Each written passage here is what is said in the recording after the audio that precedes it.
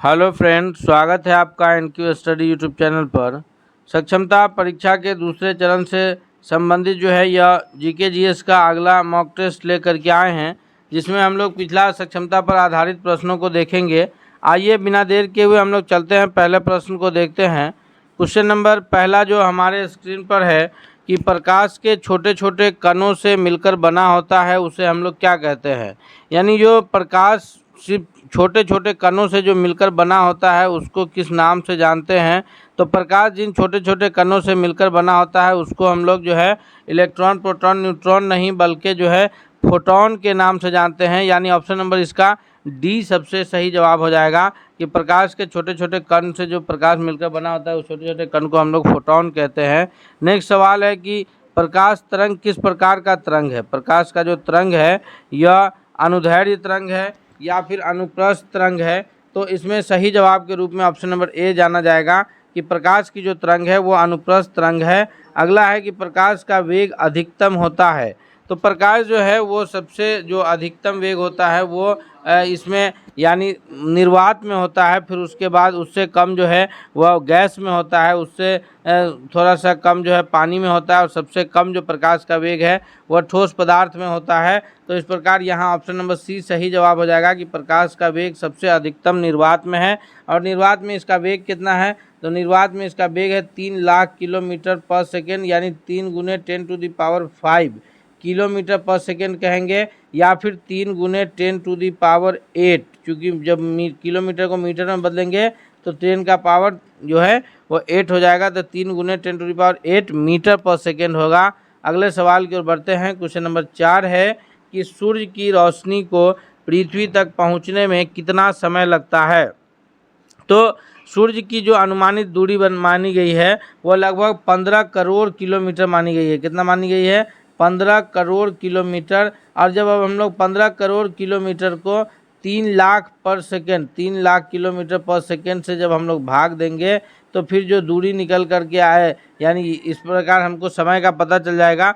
क्योंकि समय बराबर क्या होता है, दूरी बटा चाल। तो दूरी कुल जो है वह 15 करोड़ किलोमीटर है, और सूर्य की जो प्रकाश है उसकी किरण की जो चाल है वो 3 लाख किलोमीटर पर सेकेंड है। तो इसको जब हम लोग दूरी बाई चाल करेंगे, यानी दूरी को चाल से भाग देंगे, तो यह समय 8 मिनट का आएगा। यानी सूर्य के प्रकाश को सूर्य से पृथ्वी तक पहुंचने में जो कुल समय है लगभग 8 मिनट का समय लगता है। दोस्तों, एक एक महत्वपूर्ण प्रश्न को हम लोग इसमें कवर करेंगे। हम उम्मीद करते हैं कि यह प्रश्न आपकी परीक्षा की दृष्टि से बहुत लाभकारी होगा। साथ ही साथ आपसे रिक्वेस्ट है कि यदि आप हमारे चैनल पर नए हैं तो प्लीज़ आप चैनल को सब्सक्राइब करते हुए बेल आइकन को दबा लीजिएगा। और अगर यह वीडियो आपको पसंद आ रहा है तो आप इसे कमेंट करके बताइए और दोस्तों के बीच शेयर कीजिए ताकि सभी लोग इससे फ़ायदा उठा सकें। सवाल है कि प्रकाश का वेग कितना है। प्रकाश का जो वेग है यह 3 लाख किलोमीटर पर सेकेंड होता है, लेकिन यहाँ चूँकि किलोमीटर पर सेकेंड में तो 10⁵ होना चाहिए, लेकिन 8 दिया है तो सी आंसर नहीं होगा, बल्कि 10⁸ है तो मीटर पर सेकेंड होगा। यानी ऑप्शन नंबर बी पाँचवा के लिए सबसे सही जवाब के रूप में उत्तर जाना जाएगा कि प्रकाश का जो वेग है वह 3 गुने 10⁸ मीटर पर सेकेंड है। अगला सवाल है कि पानी में डूबी हुई एक छड़ी किस संवृत्ति के कारण मुड़ी हुई प्रतीत होती है। यानी अगर पानी की बाल्टी में ही इसको हम लोग प्रयोग करके देख सकते हैं कि पानी के बाल्टी में एक छड़ को आधा डुबो करके रखें, तो हम जब उसे देखेंगे तो ऐसा प्रतीत होगा कि वह छड़ सीधी नहीं है, बल्कि जो छड़ हम लोग पानी में डुबोए हैं वो हल्की टेढ़ी है।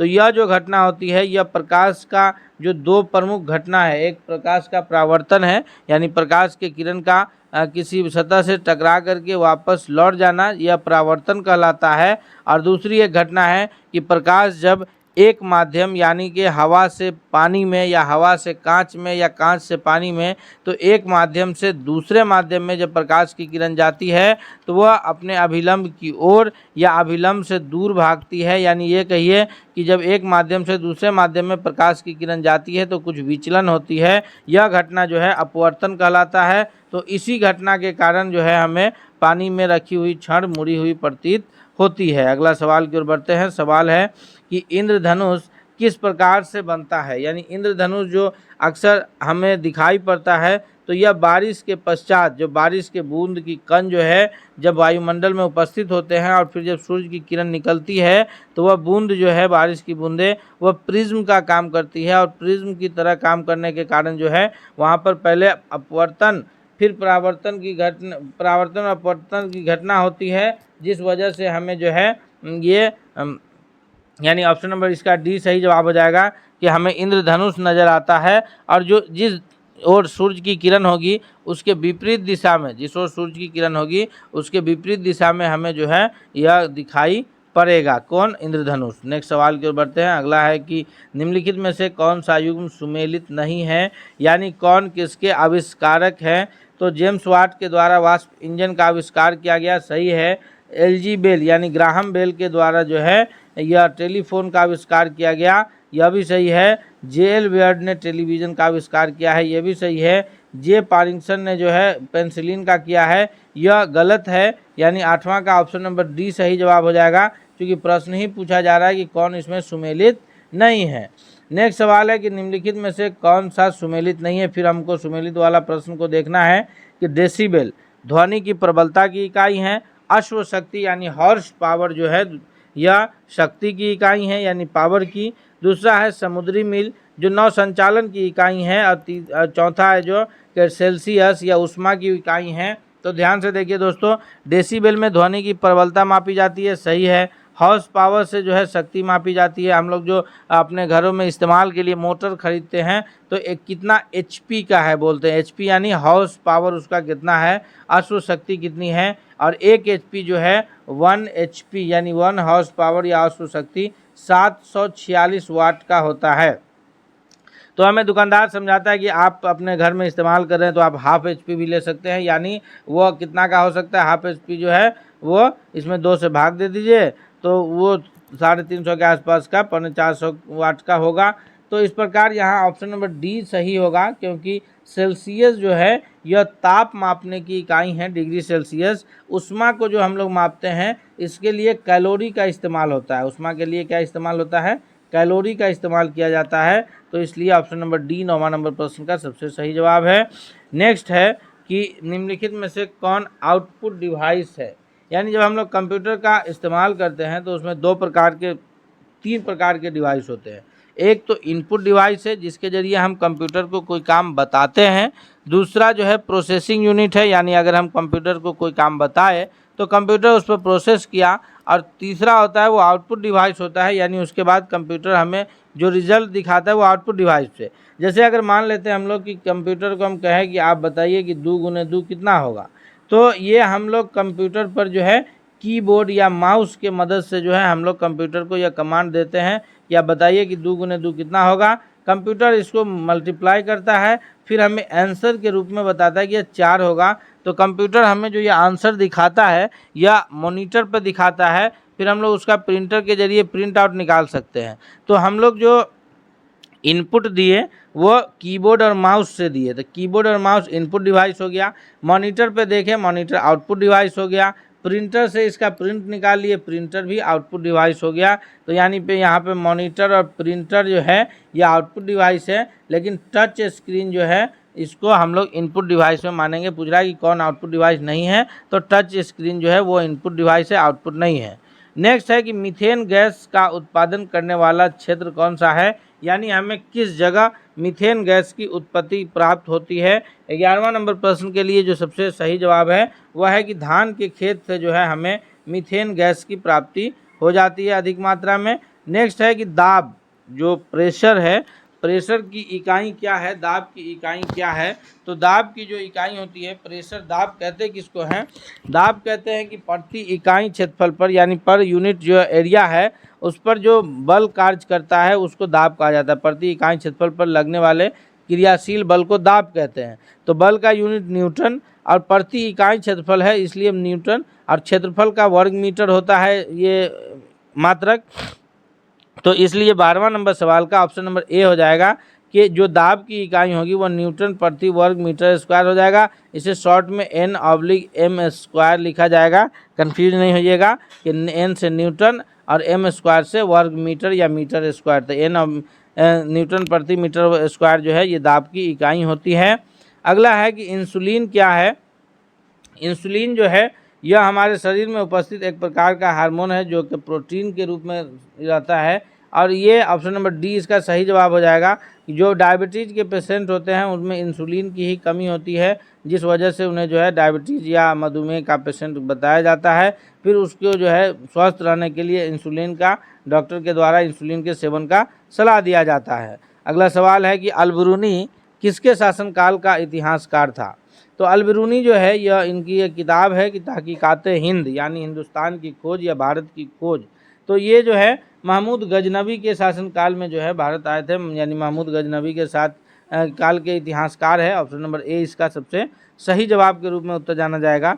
नेक्स्ट सवाल है कि दिल्ली सल्तनत जो 1206 से लेकर के और लगभग जो है 1526 तक इनका शासन रहा है दिल्ली सल्तनत का, और इस बीच जो है 4 अलग अलग ये वंशों ने इस पर शासन किया है कि इसमें जो है गुलाम वंश, खिलजी वंश, तुगलक वंश, लोधी वंश और सैयद वंश, कुल पाँच वंश है, सॉरी 4 नहीं 5 कुल वंशों ने इस पर शासन किया है।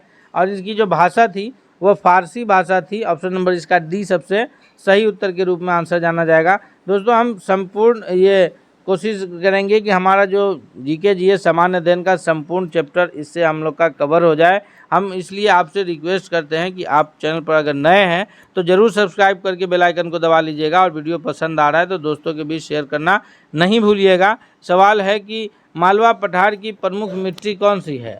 तो मालवा पठार की जो सबसे प्रमुख मिट्टी है यह काली मिट्टी है, यानी कि जिसमें जो है कपास की प्रमुख रूप से खेती होती है, उसको काली मिट्टी के नाम से जानते हैं। इसी का अन्य नाम जो है वो रेगुर मिट्टी भी है। नेक्स्ट सवाल है कि भारत का रूढ़ किस नदी को कहा जाता है। भारत का जो रूढ़ है यह मुख्य रूप से दामोदर नदी को जाना जाता है, यानी इसका ऑप्शन नंबर ए इसका भी सबसे सही जवाब के रूप में उत्तर जाना जाएगा। अगला है कि 2011 के जनगणना के अनुसार सर्वाधिक जनसंख्या वाला केंद्र शासित प्रदेश कौन सा है। तो 2011 में जनगणना हुआ है, उसके पश्चात अभी कोई भी जनगणना नहीं हुआ है। तो इस जनगणना के अनुसार जो सबसे अधिक जनसंख्या वाला केंद्र शासित प्रदेश के रूप में जो जाना जा रहा है वो जाना जा रहा है दिल्ली, क्योंकि दिल्ली की जो आबादी है वो लगभग 2 करोड़ के आसपास है। और जितने भी केंद्र शासित प्रदेश है, दिल्ली हो, चंडीगढ़ हो, दमन दीव हो, अंडमान निकोबार द्वीप समूह हो, इन सभी में जो है दिल्ली की आबादी सबसे अधिक है। और इसके बाद जो अगर राज्य की बात की जाए कि 2011 के जनगणना के अनुसार किस राज्य की आबादी सबसे अधिक है, तो वह राज्य है कौन, वह राज्य जो है उत्तर प्रदेश है। और बिहार की स्थिति जो है 2011 के जनगणना के अनुसार वह तीसरे नंबर पर है कि सर्वाधिक जनसंख्या वाला राज्य है। तो इस प्रकार हम लोग जो है इससे संबंधित कोई भी प्रश्न आए तो हमसे छूटना नहीं चाहिए, ये हम लोग को याद रखना है। सवाल है कि भारतीय राष्ट्रीय कांग्रेस का 1896 का कलकत्ता अधिवेशन किस लिए विख्यात है। यानी 1896 के कलकत्ता अधिवेशन में ऐसा क्या हुआ था जिसलिए जो है यह विख्यात है। पहली बार तिरंगा को लहराया गया था, या पहली बार राष्ट्रगीत गाया गया था, या पहली बार राष्ट्रगान गाया गया था। तो इसका जो सबसे सही जवाब हो जाएगा यह आप लोग भी कमेंट करके बता सकते हैं। ऑप्शन नंबर सी होगा कि यह पहला ऐसा मौका था कि जब रविंद्रनाथ टैगोर के द्वारा रचित राष्ट्रगान जो जन गण मन अधिनायक जय है, इसको पहली बार गाया गया। और यह रहमतुल्लाह सयानी जो है इसकी अध्यक्षता कर रहे थे, यानी रहमतुल्लाह सयानी की अध्यक्षता में यह अधिवेशन चल रहा था और उसमें पहली बार यह गाया गया था। अगले सवाल की ओर बढ़ते हैं। नेक्स्ट है कि जल प्रदूषण के रोकने के लिए कौन सा उपाय कारगर नहीं है। ध्यान से देखिए, जल प्रदूषण को अगर रोकना है तो क्या उपाय हमारा कारगर नहीं है। सभी ऑप्शंस को हम लोग गौर से पढ़ेंगे, हमें उत्तर मिल जाएगा कि कल कारखानों के अपशिष्ट रासायनिक पदार्थों का जलाशय में न गिराया जाए, बात सही है, इससे जल प्रदूषण रुकेगा। कूड़ा करकट तथा मल आदि नदियों में न गिराया जाए, ये भी सही है। तालाबों में कीटनाशक दवाएँ छिड़की जाए, सड़ी गली वस्तु तालाब में न फेंकी जाए। तो अगर गौर से देखिएगा तो ऑप्शन ए, बी और डी ये सही है, लेकिन ऑप्शन नंबर सी गलत है, क्योंकि तालाबों में अगर हम लोग कीटनाशक दवाइयाँ की छिड़काव करेंगे तो उससे नुकसान ये होगा कि जो कीटनाशक हम लोग छिड़केंगे तो उससे जितने भी जलीय जीव है, चाहे वो मछली है या अन्य जलीय जीव है, वो सभी ख़त्म हो जाएंगे, विलुप्त हो जाएंगे। तो तो ये जल प्रदूषण रोकने का उपाय कीटनाशक का छिड़काव कहीं से सही नहीं है। अगला सवाल है कि हरित क्रांति किसे अभिप्राय क्या है, यानी ग्रीन रिवॉल्यूशन जो आया इससे क्या मतलब ये था। तो हरित क्रांति से जो अभिप्राय है वह यह है कि कृषि संबंधी जो उच्च उत्पाद है उसकी विविधता को बनाए रखना। ऑप्शन नंबर डी इसका सबसे सही जवाब के रूप में उत्तर जाना जाएगा। अगला सवाल है कि राज्य मंत्री परिषद के मंत्रियों की नियुक्ति कैसी होती है। तो राज्य जिस प्रकार से केंद्र में केंद्रीय कैबिनेट मिनिस्टर होते हैं, प्रधानमंत्री के सलाह पर राष्ट्रपति उनकी नियुक्ति करता है, उसी प्रकार राज्य के मंत्रिमंडल में जो है ये जो राज्य विधानसभा के सदस्य चुन करके जाते हैं और आधे से अधिक सदस्य जिन्हें अपना समर्थन देते हैं वो मुख्यमंत्री बनते हैं। फिर मुख्यमंत्री के सलाह पर राज्य में जो है राज्य का जो प्रथम नागरिक राज्यपाल के रूप में जाने जाते हैं गवर्नर, तो उनके सलाह मुख्यमंत्री के सलाह पर गवर्नर जो है ये मंत्रियों की नियुक्ति करते हैं। ऑप्शन नंबर सी सबसे सही जवाब हो जाएगा। अगले सवाल की ओर बढ़ते हैं हम लोग। नेक्स्ट सवाल है कि भारतीय संघात्मक व्यवस्था में न्यायपालिका की कैसी व्यवस्था है। क्या है सवाल कि भारतीय संघात्मक व्यवस्था में न्यायपालिका की कैसी भूमिका है। तो यह यहाँ की जो न्यायपालिका है वो एकहरी शासन व्यवस्था वाला है। ऑप्शन नंबर ए सही जवाब है। अगला है 24वां नंबर प्रश्न है कि मोपला विद्रोह के प्रमुख नेता कौन थे। मोपला विद्रोह के जो हुआ है यह 1921 में जो है मालाबार तट पर हुआ है मोपला विद्रोह, और इसके जो प्रमुख नेता के रूप में जाने जाते हैं वो अली मुदालिया। ऑप्शन नंबर इसका जो है बी सबसे सही जवाब के रूप में उत्तर जाना जाएगा। कब हुआ? 1921 में। कहाँ हुआ? मालाबार तट पर। सवाल 25 है कि सबसे पहले धातु जिसका मानव ने प्रयोग करना प्रारंभ किया था। तो वह सबसे पहला धातु कौन सा है जिसका मानव ने सबसे पहले इस्तेमाल शुरू किया है। तो वह धातु है तांबा, जिसका उपयोग सबसे पहले मानव ने शुरू किया था। नेक्स्ट सवाल है कि किस विटामिन को हार्मोन माना जाता है। ए बी सी डी इनमें से कौन सी विटामिन जो है हार्मोन के रूप में जाना जाता है। तो इस 26वां नंबर प्रश्न का जो सबसे सही जवाब हो जाएगा वह है ऑप्शन नंबर डी के विटामिन डी को जो है हार्मोन के रूप में माना जाता है, और इसी की कमी से जो है रिकेटस नामक रोग होते हैं, यानी हड्डियों का कमज़ोर हो जाना जो है विटामिन डी की कमी से होता है। और ए बी सी जो है ये विटामिन ए की कमी से जो है रतौंधी हुआ, विटामिन बी से बेरी, विटामिन सी से स्कर्वी रोग होते हैं। तो हमें जो है विभिन्न प्रकार के फल जो मौसमी फल है इसका सेवन करते रहना चाहिए, जिससे हमें सभी प्रकार के विटामिन की जो है पूर्ति होती रहेगी, जो कि हमारे स्वास्थ्य शरीर के लिए आवश्यक है। क्योंकि विटामिन जो है वो हमारे शरीर की जो रक्षा है, रोगों से रक्षा करने का कार्य विटामिन ही करता है। इससे हमें ऊर्जा की प्राप्ति नहीं होती है विटामिन से हमारा क्या होता है कि विटामिन से हमारे शरीर की रक्षा होती है, रोगों से हमारे शरीर की रक्षा विटामिन करता है। अगला सवाल है कि मुखौटा नृत्य जो है वह किस राज्य का लोक नृत्य है। तो मुखौटा नृत्य इसका जो सही जवाब होगा 27वां नंबर प्रश्न का, यह अरुणाचल प्रदेश यानी भारत का जो सबसे पूर्वी राज्य है अरुणाचल प्रदेश, वहाँ का लोक नृत्य है मुखौटा। नेक्स्ट सवाल है कि विधवा पुनर्विवाह अधिनियम जो है वह किसके शासनकाल में शुरू हुआ था। ये दो प्रमुख सुधार हैं। एक तो सती प्रथा का अंत है जो कि लॉर्ड विलियम बेंटिक के ही शासनकाल में हो गया था, लेकिन उसके पश्चात विधवा को लेकर के किसी प्रकार का कोई कानून या अधिनियम नहीं था। तो जो ये आगे चल के लॉर्ड कैनिंग महोदय के द्वारा ये पारित किया गया था 1856 में। ऑप्शन नंबर बी इसका सही जवाब हो जाएगा कि लॉर्ड कैनिंग जो है विधवा पुनर्विवाह को क्रियान्वित किया था। नेक्स्ट सवाल है कि निम्नलिखित में से कौन सी अदिश राशि है। अदिश राशि किसको कहेंगे। तो अदिश राशि उसको कहेंगे जिससे हमें दिशा का पता नहीं चलता हो, सिर्फ उसका मैग्नीट्यूड यानी उसका परिमाण का हमें जानकारी मिलता हो। जैसे जो है बल, तो बल कितना न्यूटन का बल हम लोग लगा रहे हैं, इससे उसके डायरेक्शन का भी पता चल रहा है कि किस डायरेक्शन में हम लोग बल लगा रहे हैं। वेग है, त्वरण है, लेकिन दाब से हमें जो है ये जानकारी नहीं मिला कि हम प्रेशर किस डायरेक्शन में दे रहे हैं। तो ऑप्शन नंबर डी इसका सबसे सही जवाब हो जाएगा। नेक्स्ट सवाल है कि अंतरिक्ष यात्री निर्वात में सीधे खड़े नहीं रह सकते हैं, क्यों। यानी वैक्यूम में अंतरिक्ष का जो यात्री है वो सीधा खड़ा नहीं रह सकता है, क्यों। क्योंकि वहाँ कोई गुरुत्व होता ही नहीं है। ऑप्शन नंबर ए इसका सही जवाब हो जाएगा। अगला सवाल की ओर बढ़ते हैं। सवाल है कि वस्तु की मात्रा बदलने पर अपरिवर्तित रहेगा। तो वस्तु की अगर हम लोग मात्रा बदलें तो मात्रा के बदलने से उसके आयतन, भार या द्रव्यमान में जो है कुछ ना कुछ परिवर्तन आएगा। मात्रा को चूँकि बदलना है तो हो सकता है कि मात्रा बदलेंगे तो थोड़ा बहुत उसका आयतन बदलेगा, आयतन बदलेगा तो द्रव्यमान और भार में भी परिवर्तन आएगा, लेकिन उस वस्तु के घनत्व में किसी प्रकार का कोई परिवर्तन नहीं आएगा। यानी 1 kg वस्तु की जगह अगर हम लोग 1.5 kg कर रहे हैं तो आयतन, भार, द्रव्यमान में तो परिवर्तन आया, लेकिन उसके घनत्व में किसी प्रकार का कोई चेंजिंग नहीं आया। ऑप्शन नंबर डी सही जवाब हो गया। अगला है कि ऐसे उपकरण जो रासायनिक ऊर्जा को विद्युत ऊर्जा में परिवर्तन करता है क्या कहलाता है? तो जिस उपकरण के जरिए रासायनिक ऊर्जा को विद्युत ऊर्जा में बदला जाता है वह हमारे बैटरी है। जो वैसे बैटरी जैसे जो टॉर्च वगैरह में लगा हुआ बैटरी है, जहाँ रासायनिक रूप से ऊर्जा संचित रहता है, फिर उसे जब हम लोग इस्तेमाल करते हैं तो वो क्या करता है कि उसको विद्युत ऊर्जा में बदल करके हमारे टॉर्च की बैटरी, उस बैटरी की मदद से टॉर्च का बल्ब जो है जलता है। इस प्रकार ऑप्शन नंबर इसका ए सबसे सही जवाब हो जाएगा।